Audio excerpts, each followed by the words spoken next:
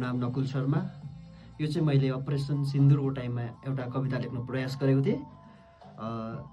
कविताको बोल छ, देशले न्याय माग्दैछ, देशले न्याय माग्दैछ, दुश्मनको शिर काट्नुको लागि हरेक योद्धाको खून उम्लिँदैछ। ए सरकार अब त न्याय दिलाऊ, देशवासीले न्याय माग्दैछ। खुनले लतपत भएको शरीरले एकमुठी प्राणको तलास गर्दैछ, खुनले लतपत भएको शरीरले एकमुठी प्राणको तलास गर्दैछ। हौसला बोकेको आँखाले संसार अन्धकार भएको देख्दैछ। ए सरकार अब त न्याय दिलाऊ, देशले न्याय माग्दैछ।